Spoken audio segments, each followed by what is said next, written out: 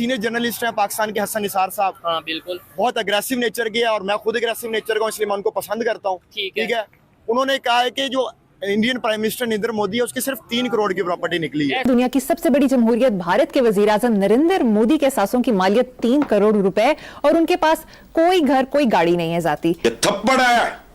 अगर मोदी के पास कुछ नहीं तो 3 करोड़ रुपए के असासों वाला मोदी हमारा मुकाबला कर सकता है। वो बंदा 10 साल प्राइम मिनिस्टर रहा है और उसकी सिर्फ 3 करोड़ की प्रॉपर्टी निकली है, जिसमें उसका कोई जाती घर नहीं है, जिसमें उसका कोई जाती बिजनेस नहीं है और कोई जाती गाड़ी नहीं है। और उधर एक गुलजारी लाल नंदा, वो एक प्राइम मिनिस्टर गुजरा इंडिया के अंदर जवाहरलाल नेहरू के बाद, वो जो बंदा था उसके पास किराए का मकान था और उसके पास किराया देने के लिए भी पैसे नहीं थे। और इस तरह का एक कैरेक्टर पाकिस्तान के अंदर भी थे प्राइम मिनिस्टर मलिक महराज खालिद, ठीक है, वो भी इस तरह के थे। लेकिन पाकिस्तान में बहुत कम है। फॉर इंस्टेंस आपकी दलील मान ली जाती है इंडिया हमारा दुश्मन है, तो आप उनके साथ मुकाबला करो ना। फिर मुकाबला हथियार उठा के सिर्फ नहीं होता, और आजकल हथियारों वाली गेम भी चली गई है। ठीक है। आप उनसे मुकाबला करना, इकोनॉमी में मुकाबला करो, आपने मुकाबला करना है हेल्थ सेक्टर में करो, IT सेक्टर में करो, इंजीनियरिंग सेक्टर में करो। आप बताओ कि आपने क्या बनाया है। वो तो ऑटोमोबाइल इंडस्ट्री में इतना आगे चले गए हैं, उनकी IIT जो उनका इंस्टीट्यूट है वो किधर चला गया है। आपने क्या किया अभी तक? पाकिस्तान का कौन दुश्मन है भाईजान? इंडिया ही होएगा। हाँ? इंडिया ही होएगा। और आप फलस्तीन। आप नहीं, फलस्तीन तो और इसके नाम। अच्छा हाँ।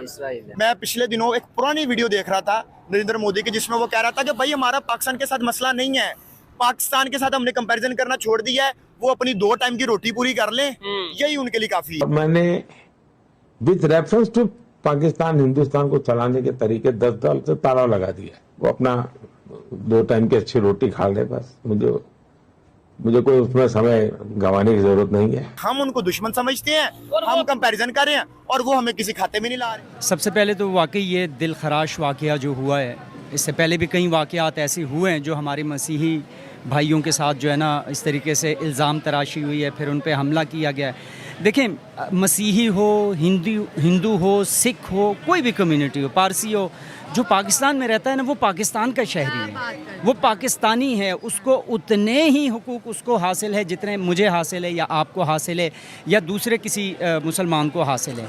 ये बड़ी ज़्यादती वाली बात है। मैं तो इस चीज़ को बहुत ज़्यादा मुझे तो फ़िक्र हो रही है कि ये चीज़ें क्यों हमारे अंदर इस तरीके से अवाम के अंदर एक नफ़रत को पैदा किया जा रहा है, एक नफ़रत पनपी गई है, पैदा की गई है। एक वक्त से ये एक सिलसिला चल रहा है कि ईसाई बुरे हैं या हिंदू बुरे हैं या कोई किसी को करता है। जब भी कोई इस तरह का मजहबी वाक़या होता है, इसके पीछे बहुत सारे हक़ाइक़ होते हैं जो कि आम पब्लिक या आम लोगों तक नहीं आते हैं जनाब। असल में होता ये या तो किसी की पर्सनल रंजिश हो या पर्सनल लड़ाई हो, उसको वो लोग इस मामले में पर्सनल लड़ाई को मजहबी बनाया ना। देखें, कहीं भी हो पर्सनल मामले को मजहबी बनाना ये एक बहुत बड़ा गुनाह है, अजीम है।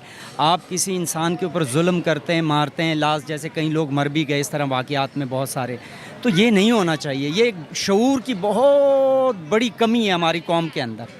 ये शऊर पैदा करना चाहिए और ये शऊर हमारे उलमा को पैदा करना चाहिए, हमारे जो इक़्तिदार पे बैठे हैं सियासतदान लोग हैं इनको पैदा करना चाहिए। इसकी कैंपेन चलनी चाहिए कि भाई ये सारे पाकिस्तानी हैं, हर कोई पाकिस्तान में रहने वाला पाकिस्तानी शहरी है जिसने यहाँ जन्म लिया, उसको उतने हक़ है।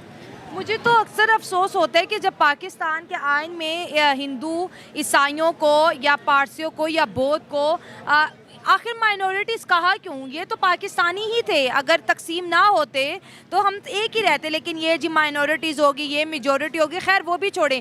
फैसलाबाद के अंदर, जड़ावाला के अंदर जिस तरह से चर्च को निशाना बनाया गया, ईसाइयों के घरों को जलाया गया, कितनी बदनामी हुई पाकिस्तान की। अमेरिका तक ने पाकिस्तान पर प्रेशर डाला। गवर्नमेंट ऑफ पाकिस्तान जिसके पास मुल्क को चलाने के लिए पैसा नहीं है, उसने करोड़ों रुपये ईसाइयों को दिए, बाहर से इमदाद आई, वो चर्च को दोबारा से जो है बिल्ड किया गया। यही बदनामी है, यही कालक जो है हमारे माथों पर रह गई है। ये जाहल लोग, ये जो मॉब होते हैं, उठते हैं, किसी को भी निशाना, इनको यही नहीं पता कि दुनिया ग्लोबलाइज हो गई है, इंटरनेट का ज़माना है, ये कुछ भी हरकत करते हैं दुनिया उस पर रिएक्ट करती है। देखें, दुनिया में हर काम का, हर जुर्म का एक कानून, एक लॉ है।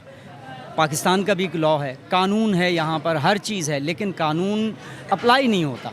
हम लोग जो है ना वो उसको कानून को अपने हाथों में ले लेते हैं। अवाम सम टाइम जाहिल अवाम, आप कह सकते हैं कि इल्म की कमी है, इल्म की उन तक इतनी मतलब रसाई नहीं है और वो छोटी छोटी चीज़ों पर उनको इतना उकसाया गया। असल में माशरे को शुरू से ही हमारे इस तरीके से कंजर्वेटिव